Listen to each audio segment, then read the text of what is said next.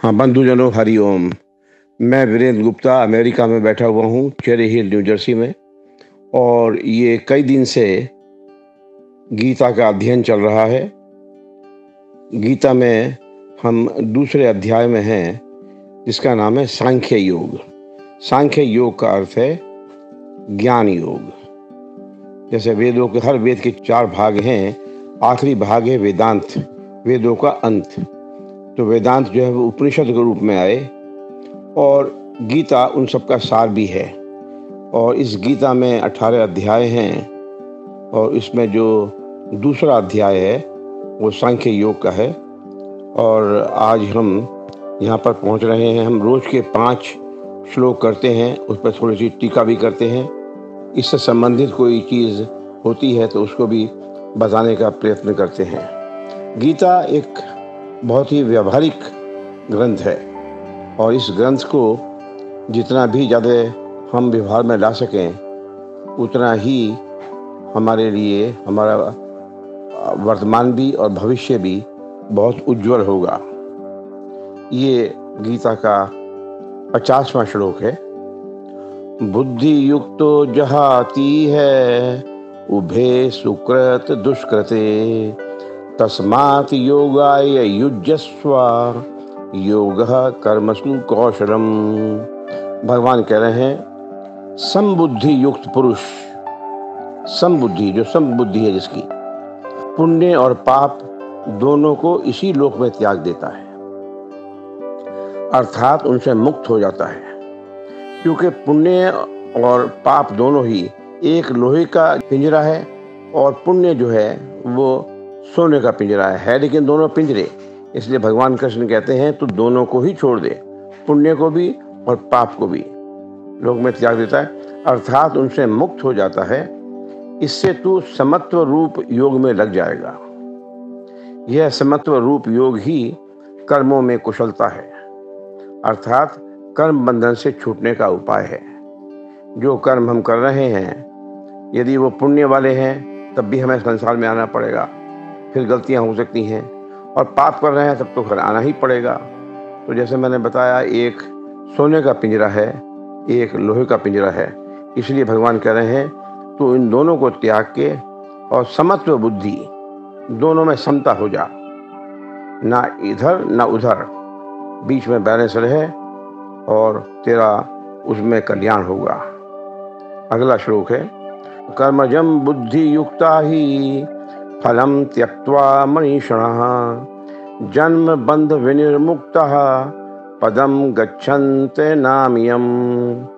क्योंकि समबुद्धि से युक्त, समबुद्धि जैसे हम बता चुके हैं पहले, युक्त ज्ञानी जन कर्मों से उत्पन्न होने वाले फल को त्याग कर जन्म रूप बंधन से मुक्त हो निर्विकार परम पद को प्राप्त हो जाते हैं। कर्म बंधन का मतलब ये है, जैसे मैंने पहले बताया कि आपने बहुत पुण्य किए, स्वर्ग गए, कोई किसी ने किए और वो स्वर्ग गया, वहाँ पर जब उसका काल बीत गया तब फिर उसको जन्म लेना पड़ेगा, इस धरती पर मृत्यु लोक में आना पड़ेगा। तो वो यही कह रहे हैं कि तू कर्म का जो फल है उसको दोनों को त्याग दे, ना अच्छा और ना बुरा। तो तू क्या होगा, इससे तो परम पद को प्राप्त होगा, तुझे बड़ी आनंद मिलेगा इससे। यदा ते मोह कलिलम बुद्धिर व्यतीतरिष्यति तदा गंतासि निर्वेदम श्रोतव्यस्य श्रुतस्य च। जिस काल में तेरी बुद्धि मोह रूप दलदल को भली भांति पार कर जाएगी, क्योंकि मोह भी अच्छी चीज नहीं है, कर जाएगी, उस समय तू सुने हुए और सुनने में आने वाले इस लोक और परलोक संबंधी सभी भोगों से वैराग्य को प्राप्त हो जाएगा।